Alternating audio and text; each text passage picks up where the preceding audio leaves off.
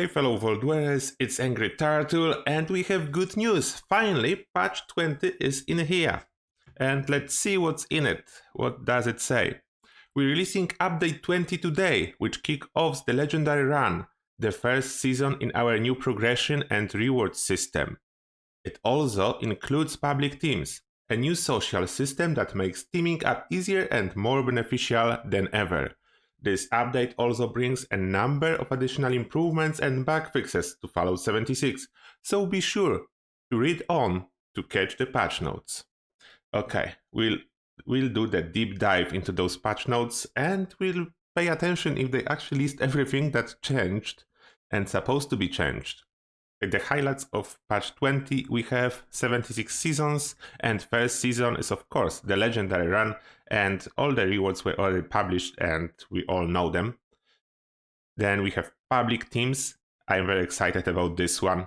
Use the social menu to easily find, join or form a public teams that bring players together under shared team goals and offer teamed in-game buffs.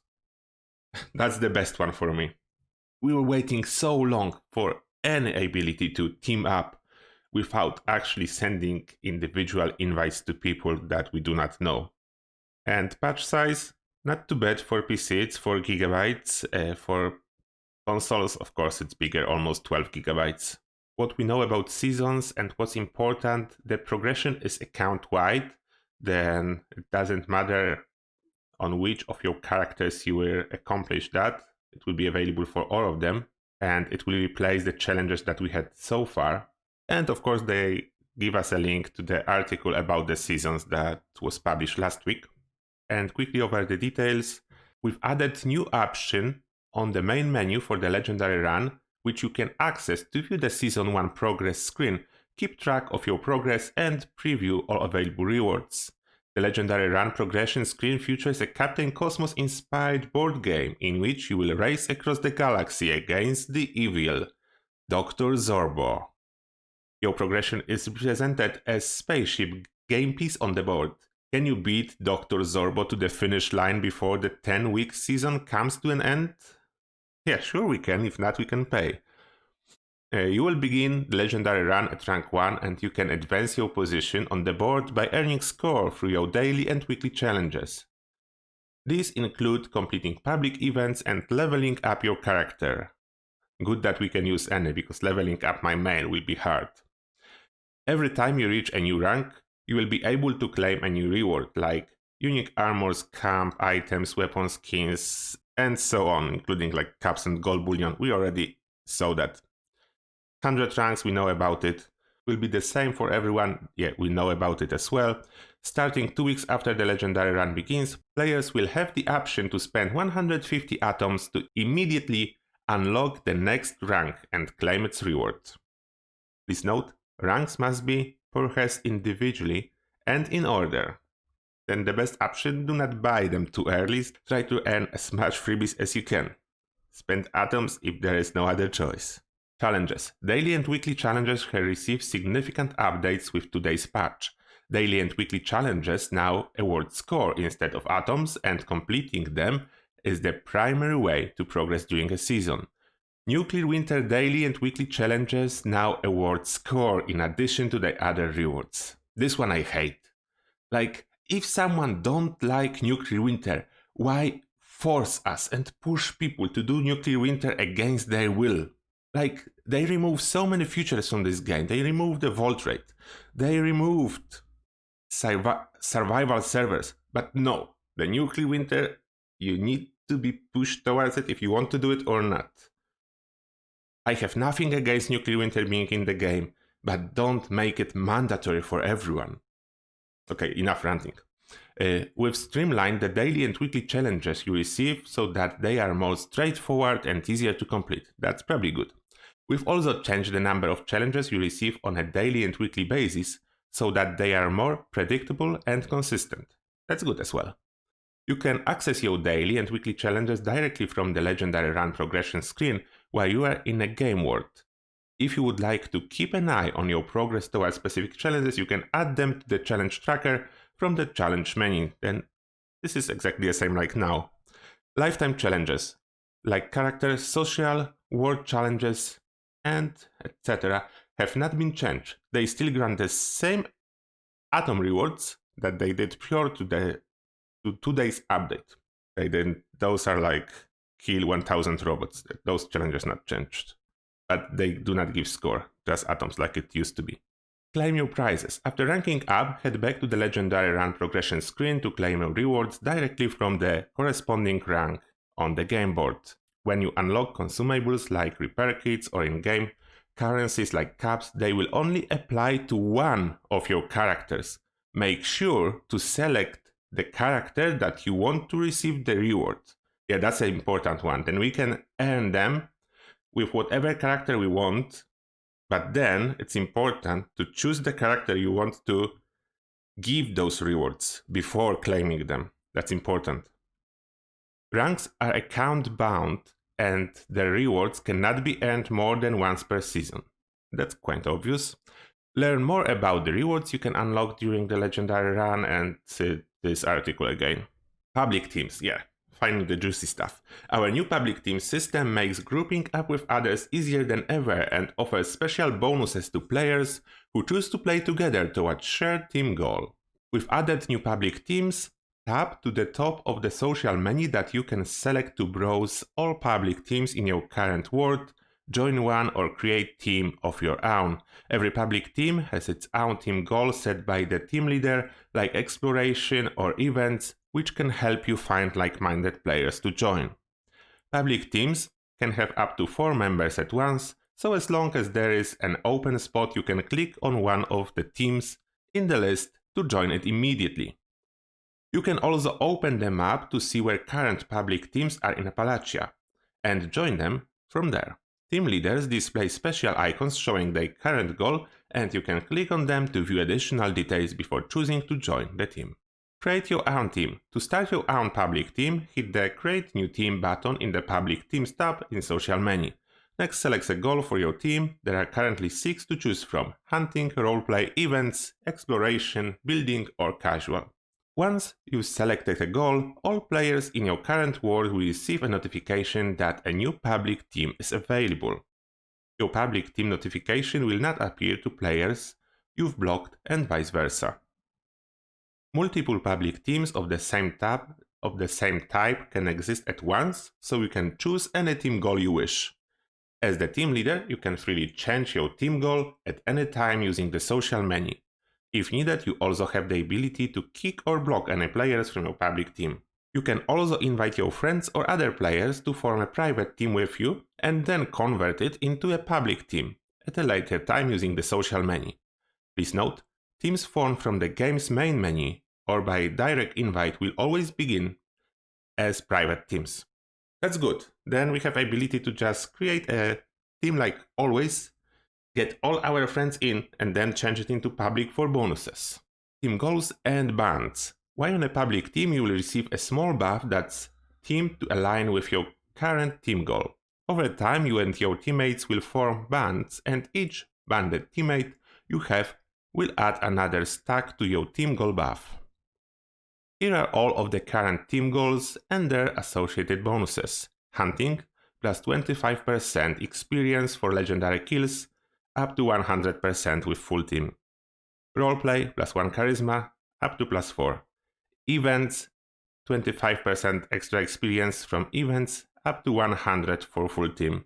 Exploration, 1 endurance, up to plus 4.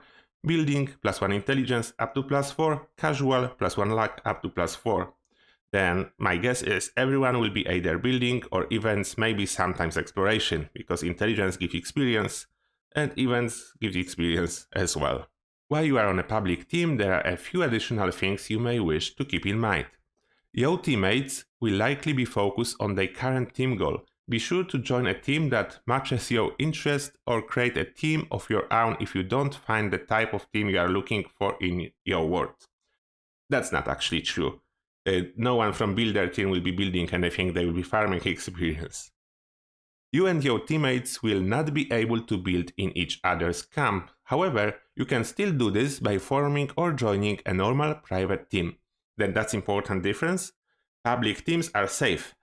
No one will be able to mess up with your camp. You also cannot open locked doors on containers that your public teammates have built without becoming wanted. And again, article about the public teams.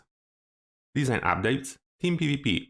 We've adjusted the rules of Team PvP for both private and public teams so that a team member who engages in PvP with an outside player no longer also flags their teammates for PvP. Instead, teammates must start PvP combat with the outside player individually to join the fight. This will help prevent players from being dragged into PvP combat that they didn't initiate. Then basically, there is no team PvP anymore. Everyone needs to engage into PvP with everyone separately. No team PvP. Team PvP was removed.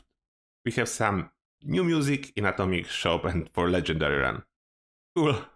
User interface, icons. Based on community feedback, we've added a unique mole miner themed icon to the map and in the compass to better indicate the player location. That's actually very good. Map. Teammate markers on the map have been enlarged and animated to make them easier to identify. Additionally, teammate names and player icons now only appear on your map when you hover over their map markers. That's some great improvement. Settings. The chat volume audio setting is now completely independent of the master volume setting. This should improve cases when players were having trouble hearing others over voice chat. Master volume will continue to affect other volume settings, but adjusting it will no longer change your chat volume. I think that's good. Let's see about bug fixes. There will be most likely some balance changes hidden into bug fixes or just sneak addition of balance changes. And I will focus on the important ones, like the Stanley skin for Grognak Axe now uses the correct two-handed swing animation when attacking in third person. That's actually a big one. Oh, Treasure Hunter and Insurgent hats no longer remove hair or facial hair when equipped. That was hilarious bug. Good that it's fixed. Oh, that's a big one. Fix an issue preventing items from being assigned to fermenters, vending machines, kegs, punch bowls and refrigerators while at max camp budget. Finally fixed. Address a camp budget exploit related to the circus cage. That's a good fix. Oh, punji boards can no longer be stacked on top of each other. Yeah, that will be harder to grief people. Oh, Red Racket garage door fixed. An issue causing the Red Racket garage door to be replaced by an incorrect and non-functional item. Finally! The non-built area around the survival tent no longer remains in the world after the tent owner logs out or switches worlds. That's a big one as well. Some fix to the turrets that were bugging out after being repaired, that's good. And side note, turrets are still intended to take 2 to 3 seconds to acquire a target and begin firing. 2 to 3 seconds is okay, they usually just take like insane amount of time and never begin firing. That was the problem. If it's fixed, then it's good. Oh wow! Fix an issue that could cause daily and weekly challenges to complete themselves automatically without giving you rewards. Then that's awesome news, because those challenges are even more important now. Oh really? They actually fixed that? Address an issue that could result in a player becoming invulnerable after dying under very specific circumstances. If it's actually fixed, that is great. No more God mode, if it's fixed correctly. They say it's fixed, we'll see. And that's a big balance change. Charging weapons, like Gauss weapons or the bow, now correctly deal damage based on how much they were charged when fired in watts. What means no more Gauss shotgun spamming in third person in watts. It will not work, it will barely do any damage. Now you actually need to hold the button, fully charge it, then release a button. What means fire rate will be as intended. That's a big balance change. Finally, look at that! Scourge beasts can no longer be turned into ash or goo piles on death. Finally, the legendary Scourge beast that you kill with energy weapon will actually fall to the ground and not stay hidden as a goo pile mid-air. Finally! Congratulations Bethesda, thank you for this one. Wendigo Colossus now has a flat 10% chance to spawn when nuking one of its potential spawn locations. Oh, then this is about the random Wendigo Colossus that we can spawn, and it's like almost double the chance. That's good one. Mods can now be correctly applied to robot armor arm pieces. Okay. The shadowed mod can now be applied to all armor types. But is it working? That's the bigger question then. If it can be applied, that's one thing, but is it working? Oh, nerf to bow. Standard arrow range for the bow and compound bow reduced to match all other arrow types. But why? Increase the range of other arrow types, not reduce the one that was actually a little bit higher range. Make bows special, please Bethesda. Okay. Bows and crossbows with the plasma mod now correctly deal energy damage in addition to their normal damage. They were dealing increased damage with plasma mod, then what was that? I was testing bows. There was more damage with plasma mod. I don't know what this fix is about. Oh, Grognak Axe. Finally a pure weapon workbenches if you put a Stanley skin on it. That's good.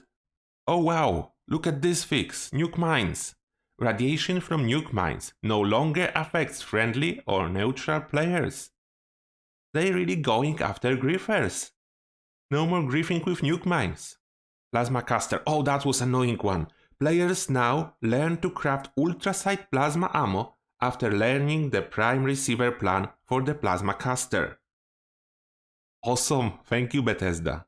The jetpack power armor mod can no longer be applied to ultrasight power armor pieces other than the torso. That was already fixed in the last patch. Unless it was broken again. I don't know. But it was fixed already. Oh, finally! Added a number of mod plans to the game for Secret Service Under Armor. Par has them from Rex in Vault 79 using gold bullion. Yeah, we already had it in PTS. It's +4 strength, +4 endurance, +2 perception. It's 10 in total. That's a really good Under Armor. Although, let's see if endurance will be fixed at some point. So far, endurance on Under Armor or armor is not giving any extra HP. Electrically charged mutation will no longer proc when attacked by another player outside of PvP. Another way of griefing removed. Unexpected. So many griefing methods is getting removed. Allies, look at that! Beckett now correctly offers daily quest after completing his main quest line. I hold you for your words, Bethesda. I want my Beckett to finally start giving me quests. The same for Raider Punk. Oh, Roxy is now stationary and can always be found leaning against the school bus in Crater. No more walking and hiding. Awesome. Smiley no longer accepts cabs from players attempting to purchase additional gold bullion after they have already reached the gold bullion limit. Does it mean Smiley was able to steal cabs? Someone choose to pay him again? I didn't know about this one. Ward is now stationary. Oh wow, finally! And can now always be found sitting behind his desk in the trailer in Foundation. No more sleeping Ward. Ren is now stationary and can always be found at her console in Crater. She was almost stationary. A lot of performance and stability issues. I addressed the crashes. Yeah, we'll see on the next live stream if crashes are addressed. Usually I had like 2 to 3 game crashes for 5 to 6 hours of gameplay. Let's see if we can get 0 now. The Cannibal perk no longer allows players to eat non-humanoid corpses. Hard Bargain now correctly reduces the Duchess prices at the Wayward. I didn't even know it wasn't working. Mysterious Stranger fixed an issue where the mysterious strangers would sometimes not attack. He was never attacking. I need to try him now. Per card packs. Fix a bug preventing some per cards from appearing in per card packs. Wow, finally! I noticed long time ago that I'm getting the same cards from the per card packs. Some quest related bug fixes. That's good. Oh, fix an issue that could prevent PC players from using the mouse to equip and unequip per cards. Finally, we're waiting for this one for at least half a year, maybe longer. Oh, quests now sort in alphabetical order in the Pip-Boy. I think it's good, although I'll be confused at first as I'm used to this weird order that they are appearing now. But it is good, overall it is good. And this is the one everyone was waiting for. Respawn. Fixed an issue causing players to lose carry weight bonuses while dead, which could prevent them from respawning at locations other than Vault 76. Finally, you can respawn normally. Awesome. Now fixed multiple locations in the world where players could become stuck. Yeah, that was happening sometimes. Address an issue that was causing random encounter objects like cooking stations, tents, etc. to suddenly disappear. Oh, I had it couple times. It was so weird. I was going to access cooking station and everything disappeared. Oh, Nuclear Winter. Address an exploit that could allow the player to become immune to taking damage from the storm and from taking rat damage. Yeah, no more hiding outside of the map. And that's everything in today's patch note. Let's hope this stuff actually works as intended. If yes, then we had a lot of really welcome changes and bug fixes. Not all of them that I want, but it's a step in good direction, I will say. Thank you everyone for watching, and as always, see you guys in the next one. Enjoy patch 20.